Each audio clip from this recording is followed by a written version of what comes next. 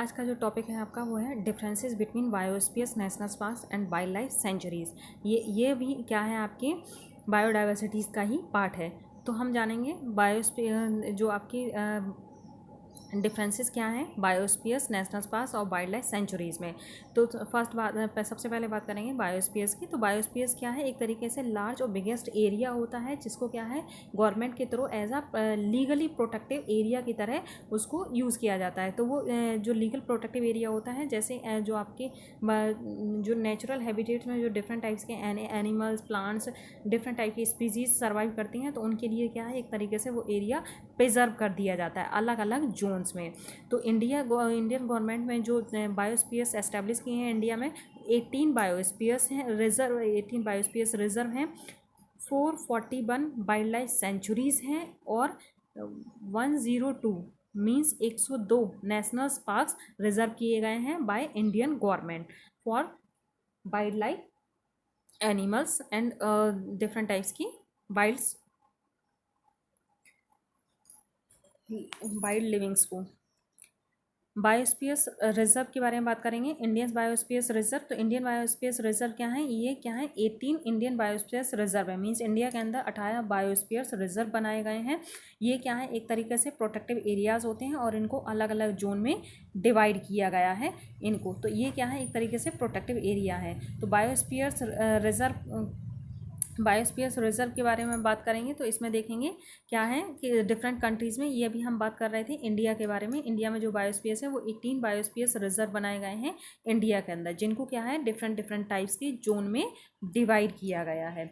अब जानेंगे हम कि जो ऑल ओवर वर्ल्ड में कितने आपके बायोस्फीयर्स रिजर्व बनाए गए हैं। मींस डिफरेंट डिफरेंट कंट्रीज़ में भी क्या है बायोस्फीयर्स रिजर्व फॉर्म किए गए हैं। तो यहाँ देखेंगे जैसे आपके जो बायोस्फीयर्स रिजर्व है 120 कंट्रीज़ में, मतलब 120 कंट्रीज़ में क्या है 669 बायोस्फीयर्स रिजर्व फॉर्म किए गए हैं। जिसमें से क्या है अफ्रीका में अफ्रीका की 28 कंट्रीज़ में 70 बायोस्फीयर्स रिजर्व बनाए गए हैं। और जो अरेब स्टेट है आपकी, उसमें 11 कंट्रीज़ की 30 बायोस्फीयर्स बनाए गए हैं। और एशिया महाद्वीप की क्या है आपके 24 कंट्रीज़ में 142 बायोस्फीयर्स रिजर्व फॉर्म किए गए हैं। और यूरोप और नॉर्थ अमेरिका में की 36 कंट्रीज़ में से 302 कंट्रीज़ में ये बायोस्फीयर्स रिजर्व फॉर्म किए गए हैं। और लैटिन अमेरिका और कैरिबियन में अगर देखें तो उनकी 121 कंट्रीज़ में 125 बायोस्फीयर्स रिजर्व फॉर्म किए गए हैं। अब जो बायोस्फीयर्स हैं वो बायोस्फीयर्स कैसे होते हैं, तो मैंने कहा था जैसे डिफरेंट डिफरेंट जोन में बायोस्फीयर्स को डिफाइन किया गया है। तो इसमें क्या है 3 जोन्स प्रेजेंट होते हैं बायोस्फीयर्स में। तो फर्स्ट जो जोन होता है वो कोर जोन होता है, सेकंड बफर और थर्ड वन है मैनिपुलेशन जोन। तो कोर जोन क्या होते हैं आपके, जैसे कोर जोन क्या होते हैं, कोर जोन एक तरीके से लीगली प्रोटेक्टिव एरियाज होते हैं ओनली फॉर एनिमल्स। इसमें ह्यूमन एक्टिविटीज़ अलाउ नहीं होती है। बफर जोन्स ये क्या होते हैं, मिडल जोन होता है कोर जोन। बफर जोन क्या होता है, कोर जोन के बाहर वाला जोन होता है।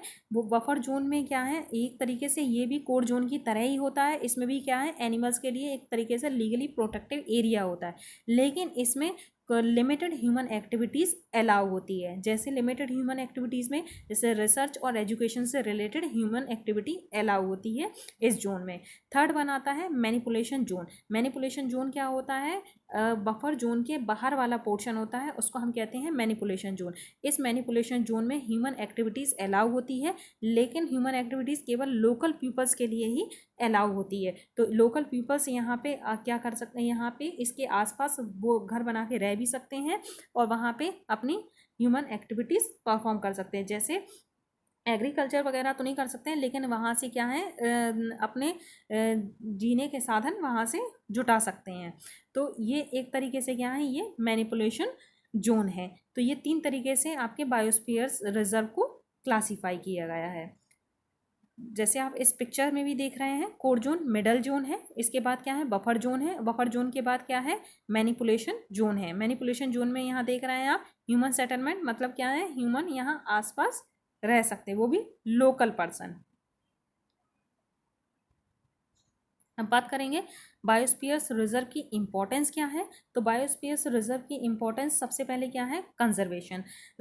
जो भी आपके वाइल्ड एनिमल्स हैं, वाइल्ड लाइफ को कंजर्व करने के लिए, प्रिजर्व करने के लिए वो ये क्या है, बायोस्फीयर्स मोस्ट इम्पॉर्टेंट है। क्योंकि यहाँ पे क्या है, ह्यूमन एक्टिविटीज़ ना होने की वजह से वो अपने नेचुरल इन्वायरमेंट, नेचुरल हैबिटेट में वाइल्ड जो भी वाइल्ड एनिमल्स होते हैं वो ईजिली सर्वाइव कर सकते हैं और उनको ह्यूमन एक्टिविटीज़ के थ्रू कोई खतरा भी नहीं होता है।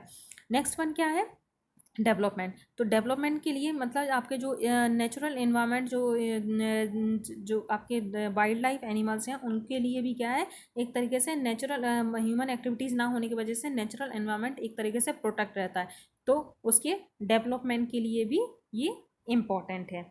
नेक्स्ट वन है रिस्टोरेशन। रेस्टोरेशन मीन्स बायोस्फीयर्स को ये इसमें क्या है, बायोस्फीयर्स के अंदर नेचुरल हैबिटेट्स को रिस्टोर करने के लिए भी हेल्प करता है आपके बायोस्फीयर्स। नेक्स्ट है आपके एजुकेशन एंड रिसर्च। एजुकेशन और रिसर्च के लिए भी क्या है, जैसे डिफरेंट टाइप्स की जो आपकी स्पीसीज़ हैं, वाइल्ड एनिमल्स हैं, तो उनको भी क्या है, जो वेरियस स्पीसीज जो क्या है आपकी बहुत रेयर कंडीशंस में है, तो उनको भी यहाँ क्या है बायोस्फीयर्स में प्रिजर्व किया जाता है, जो क्या है एजुकेशन और एज अ एजुकेशन और रिसर्च पर्पज से भी उन वाइल्ड लाइफ एनिमल्स को आप देख सकते हैं, उनकी स्टडी कर सकते हैं। तो ये बायोस्फीयर्स मोस्ट इम्पॉर्टेंट है इन सारे फंक्शंस के लिए।